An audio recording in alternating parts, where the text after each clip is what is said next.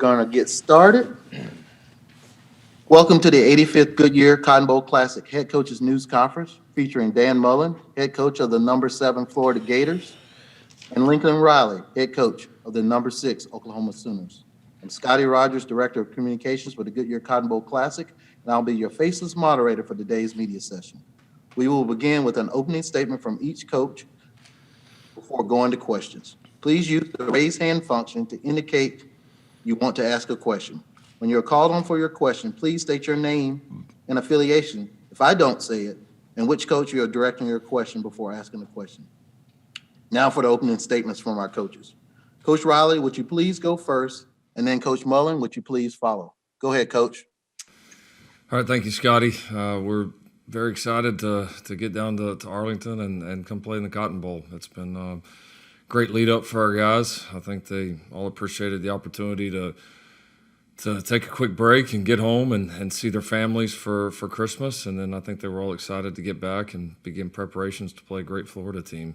So I've been excited about the way our guys have handled this, and I think they understand the opportunity that playing in the Cotton Bowl presents, and not only that, but an opportunity to close out a strong season and a team that's really enjoyed playing this game together, especially in this year, and the fact that we get one more chance to do it is very much appreciated by, I know, our staff, our players, everybody. And so I want to thank the Cotton Bowl for all they've done in a very tough year to still be able to put on such a high-quality bowl. First class, as always, even though this year has been so different. So I want to thank everybody at the Cotton Bowl for all their hard work and making this happen, and certainly look forward to the game tomorrow night.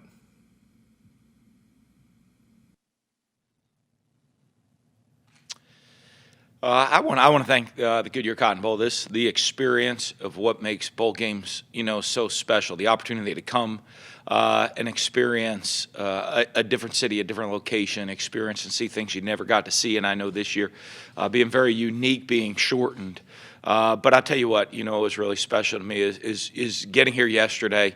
And even here at the hotel, the hospitality, the game room that's set up for the players. And last night to see all of those guys, it's been such a difficult year, and there's so much has happened this year.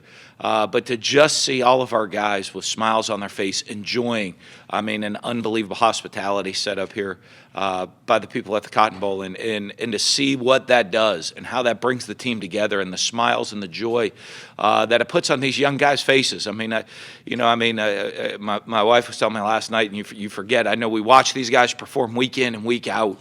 On the main stage on national television, you forget these are young college kids, and to see them just come together, enjoy and have such a great time with all the smiles, all the laughs that seems to in a lot of the world have been missing this year, so I think that is so special, and I'm thankful. I know we're excited to be here, excited for the game. I know our guys are thrilled right now to go. Over to AT&T Stadium to see that and experience that for the walkthrough today, and just to enjoy all experiences around the Cotton Bowl, and then get to obviously go compete against one of the top programs in the country in Oklahoma. All right, coaches, we'll get started with questions. Our first question will come from Edgar Thompson for the Orlando Sentinel. Edgar, go ahead with your question.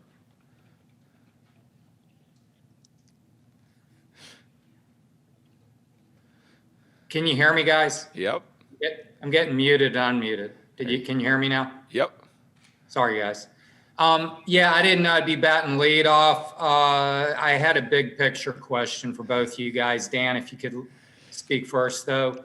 Because I know the season wraps up tomorrow, obviously. And I'm just wondering, given the challenges going forward for coaches created by the transfer rules, athlete compensation changes, these matters, does that make the NFL more appealing to top coaches?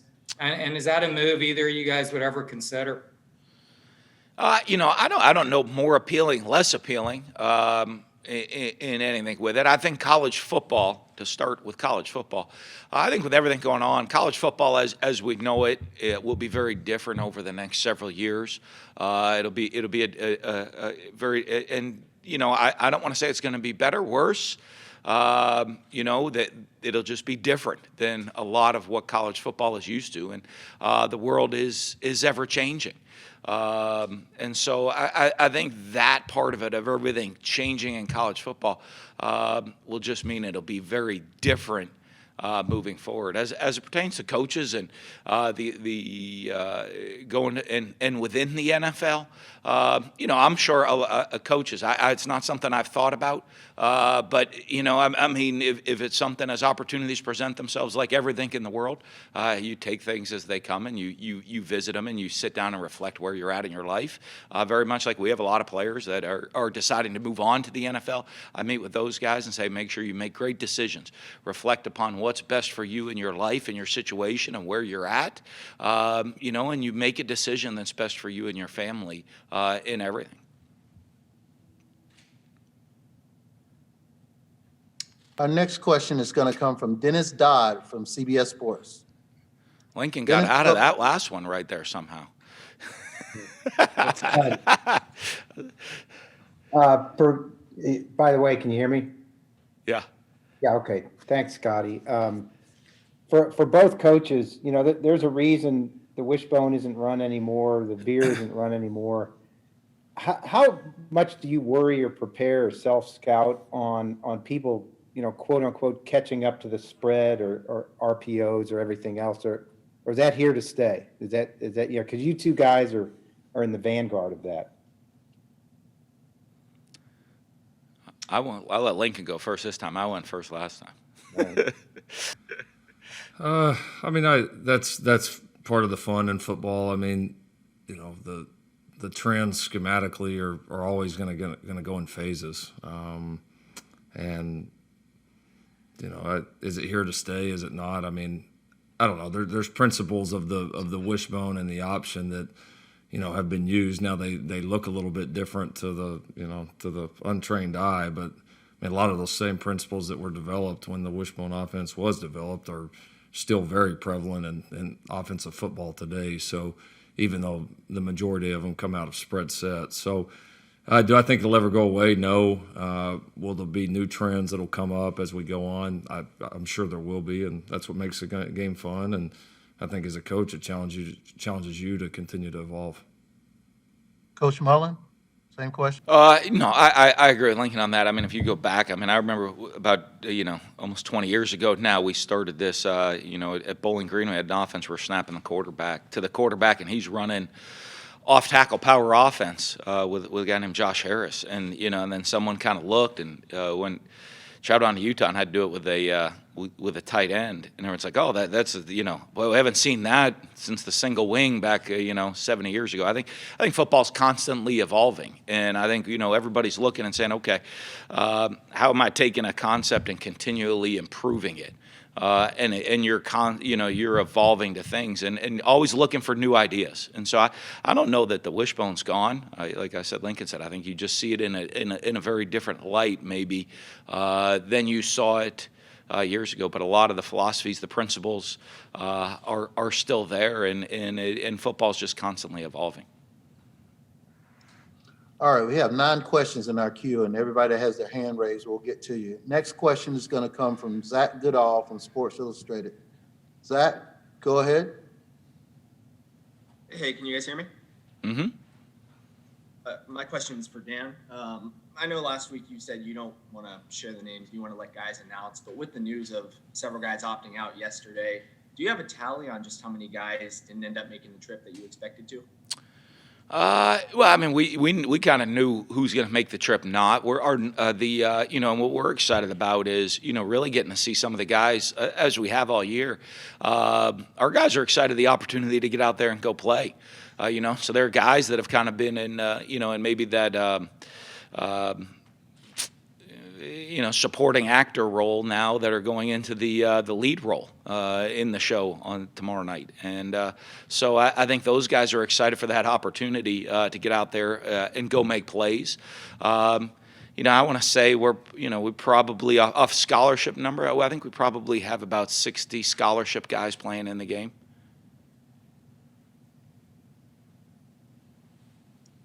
All right, our next question is going to come from Barry Trammell from the Daily Oklahoman. Barry, go ahead. Yeah, for both you guys, Lincoln, you've had at least one opt out, a couple of guys transfers. Dan, you've had the guys opt out. Is that not an indictment of the bowls? Nobody opted out before your conference championship games, but you've had guys say, I just don't really want to play in the bowl game. It's been such a long history of college football, but it seems to me it's an indictment that this just isn't that important to us. Coach Riley, will you take that first, and then Coach Mullen? I think it's hard to gauge this year. I think I think what this year's been like, obviously with everything that's changed with the pandemic, I think is absolutely a factor. So I don't know that that's very easily judged. We've had a couple of our guys that have made the decision to transfer out in the transfer portal, and guys wanting to get to a new home and kind of get that all figured out as a factor as well. So do a couple of guys, or are there going to be a couple players here and there through the years that maybe think the bowl game is not that important? There may be, but we got to be careful to take the 1 or 2% and say, well, that's how everybody feels, because there's a big percentage of both of our football teams that are going to be pretty excited to play this game tomorrow night. So I tend to go with the majority and think these games are still pretty darn important. I think this is a pretty unique year, and I think everybody has to understand that the stress that these guys have been under from week in and week out. This is our third straight New Year's Six bowl game, and in the previous two, we had a grand total of one opt-out. Between those two games. I think this year is just such a unique deal, and the stresses and pressures that these guys have been under this year, I think it led everybody to be a little bit different of a mental state of where they're at. You look up the build up to the bowl game. It's cut way down. The opportunity to be here and spend and experience the entire bowl experience has been cut down. So I think this could be just a unique year.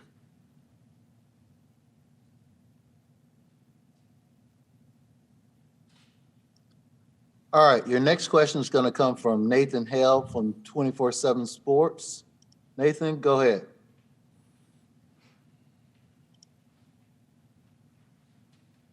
I'm sorry, I said Nathan Hale, James Hale, I'm sorry. Well, Nathan's my brother, so I thought he was on maybe. Lincoln, we've heard a lot about the matchup with Coach Mullen's offense against your defense, but take us to the other side of the ball. Your offense against the Florida defense. What do you see in the Gator defense? Oh, it's a very talented group. Got a lot of respect for Todd Grantham and the job he's done throughout the years, and he's got a lot of very talented, outstanding players to work with. A lot of guys that really flash on tape and have the ability and have made a lot of big plays throughout the season. So it's a talented group. You've got to play very well, very sharp football to have the chance to move the ball and score points against them. So what you would expect out of a Florida defense: active, well coached, be a fun matchup.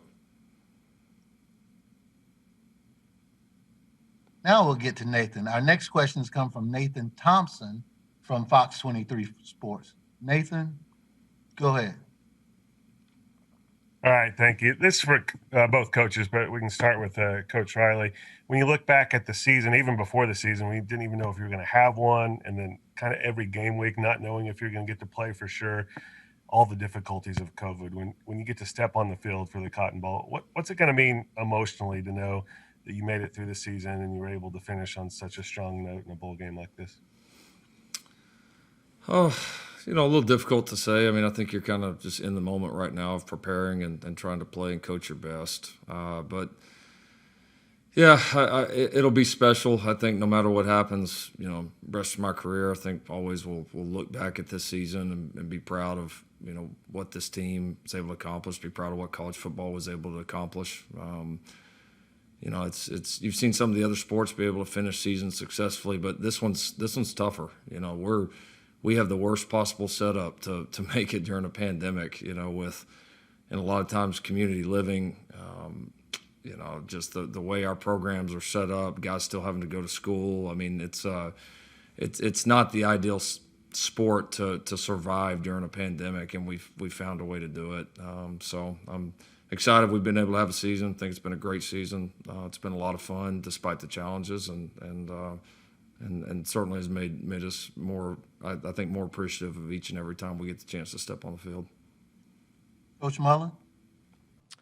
I agree with Lincoln on that. I'm just really proud of our guys. Of all the players, of what they've had to deal with to get to this point. It has been extremely difficult year. The emotional tolls that you add on to the physical tolls. I'm just really proud of our guys for them to be able to handle what they've handled, to be able to go out there and play. I know our guys love to play the game of football. They love, what they've had to do, the sacrifices, the toll and the strain that it's taken on them to get to do what they've loved during this pandemic. I'm happy for them, and I'm proud of them for what everybody's been able to accomplish.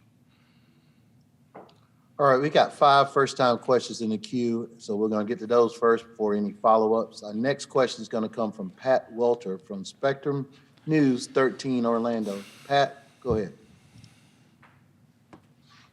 Dan, I know you've been busy prepping for the bowl, obviously, but I was wondering if you'd seen the reports about your old colleague, Urban Meyer, maybe being interested in coming to Jacksonville, and what your thoughts just in general are of him coming back into coaching, specifically at the NFL level. I haven't seen any of that, but I've spoken to Urban, and I don't know. I think he's very happy with where he is in his life with his family and all of that. But I know, knowing him and the competitor that he is, it would never surprise me to see him back on the sidelines, enjoying coaching the game of football. So I haven't seen anything about it, and haven't spoken to him about that. But one of these days you might see him back on the sidelines. All right, our next question is going to come from Adam Rittenberg from ESPN. Adam, go ahead.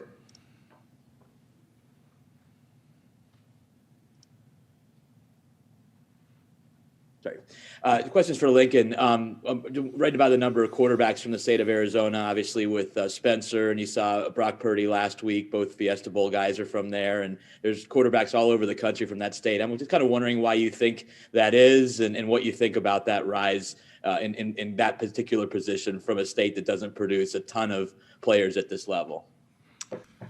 Yeah, no, it's an interesting question. I've kind of thought the same thing. Is when you look at the number of overall players that come out, it doesn't totally make sense. But I think, I just think you've seen a run of just some really talented guys. I think there's a lot of really good coaches in that area. I think it maybe part of it is provides a climate where those guys can train year round. And that's probably a small thing, honestly. But the guys that I've seen, had experience with, both from the player and coach level, have been very impressive. So when you get that matched up and some talented young guys that want to work and a lot of good coaches in the area, then that's going to be the recipe. But I don't know that I have, anything further on it.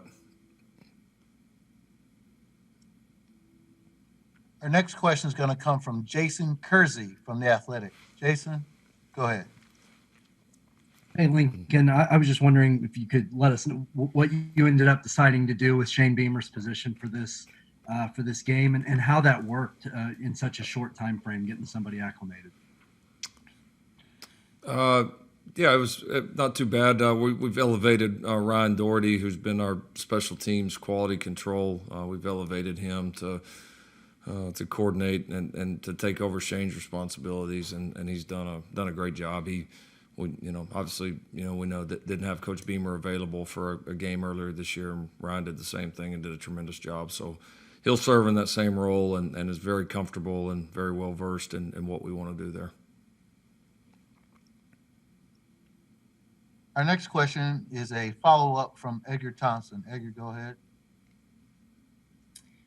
Yeah, for one, Coach Riley, if you could go back and answer the one about the challenges of college football and NFL interest. And then Dan, Kyle Trask, is he the perfect guy to lead kind of this team tomorrow night? Given, I mean, his history is kind of similar to maybe what could happen with some young guy tomorrow, come out of nowhere and rise to the occasion.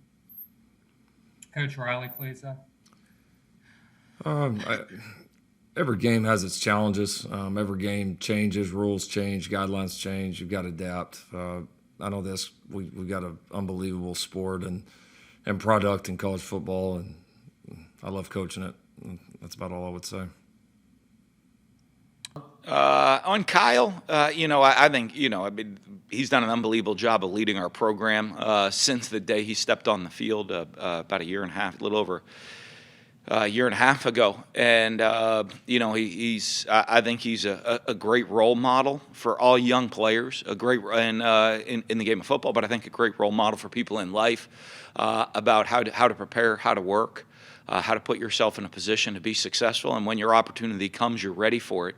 And, don't look for the easiest road or the shortest road or the quickest road. The path to success is to sit there and work and put your time in. And prepare, and when your moment's called, you're ready for it. And I think, he's a guy that you look and you look the opportunity for him to come into this game. I know he's excited to get to go play. He's such a competitor, and the opportunity to go play against a great Oklahoma team. I know he is, and so when you say perfect guy, I mean he's a guy you want leading. Whether you're out there playing Oklahoma in football or, whether you're going into a corporate sales meeting, he's the type of guy you want leading your organization. We have 3 questions in the queue and about 8 minutes left, so we'll get to those. Our next question is going to come from Garen Emick from the Tulsa World. Go ahead, Garen. Lincoln, most coaches view good performances and outcomes in bowl games as momentum builders going into an off season and even next year. If you guys play well defensively tomorrow night, is there any part of that would exercise some ghosts of the past 3 years in terms of Oklahoma defense in the postseason? Do you have any interest in doing that? I hope we play well defensively, but I don't. I just think each year is its own year. I know you guys have heard me say that a lot, but I mean every challenge is different. Your team's different, opponent's different, situation's different. And so we're just going to try to be the very best that we can tomorrow night.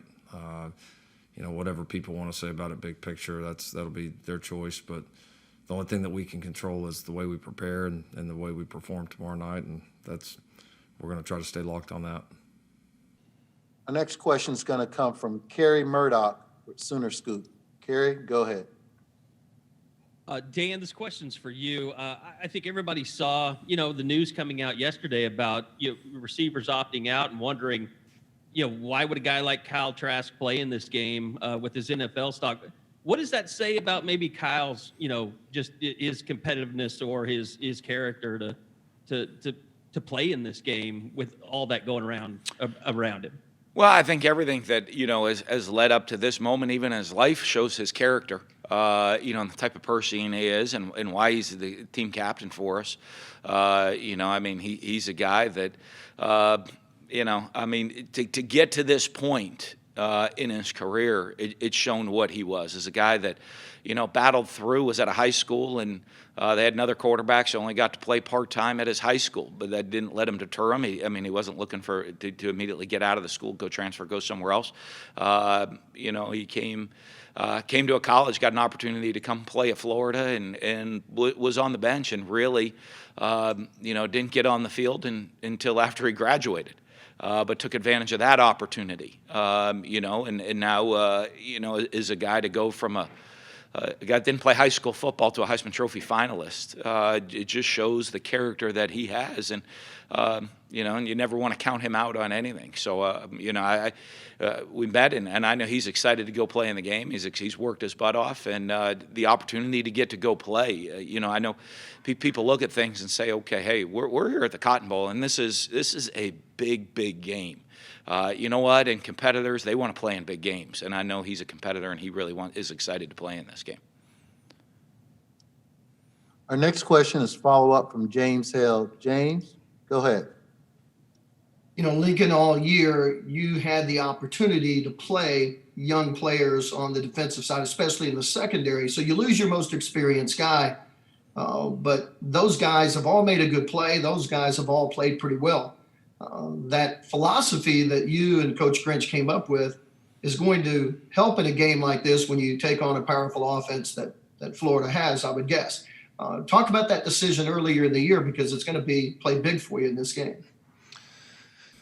Yeah, we felt like that we had some guys that were close to being ready, earlier in the year. And, I think just from a development standpoint with as we've all talked about, probably enough, but the spring, summer, camp, losing guys, for extended time to COVID and to contact tracing and all that has stunted some of their growth. And so, especially around midseason, we got to the point where we felt like we had a number of guys that were ready to take snaps and ready to go compete. And so, yeah, I think going into a game like this against such a tremendous offense, to have, more guys available, more guys that have played in big time games and that have, felt the fire a little bit is an advantage. And obviously we're going to need some of those guys to step up with the quality opponent that we have.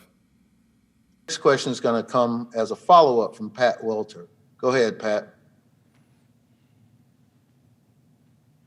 Dan, depending on how you look at this season, you guys are just a few mistakes away from potentially being either undefeated or being in the college football playoffs. So I was just curious kind of how you reconcile that. Do you look at that as we are now on the level of those playoff caliber programs, or that, those mistakes tell you that you still have a ways to go? Well, I think this being our third straight New Year's Six bowl game, I think the program's right there and competing with all the top teams in the country. And you look at that, and as you talk about it, you look at the margin for error to go win championships is extremely small. And as you said, for us, you lost two games on the last play of the game, and then fell 6 points short to Alabama in the championship game. That's always tough, but it's when you're playing in a league, when you're playing the Southeastern Conference, you're playing. The quality of teams you play week in and week out. You look at the margin for error gets extremely small to get there.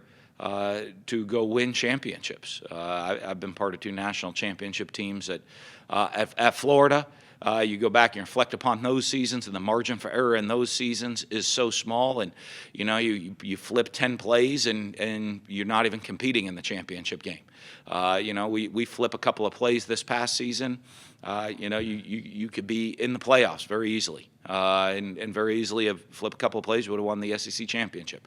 One or two plays here or there. And so I think that's just the focus that you have. That's why we do what we do. That's why you work as hard as you do year round to make sure. If you could tell me tomorrow night what play is going to be the difference in tomorrow night's game, I'll make sure I'm ready for that one play. But since we don't know, it could be one of the, about 180 plays that could be the difference in the game. We got to prepare for each one of those and be prepared for that moment to go make the play. And that's the great challenge that football presents. And it presents it as a team, because it's not one individual that's going to do it. It's the entire team that has to be ready for those moments.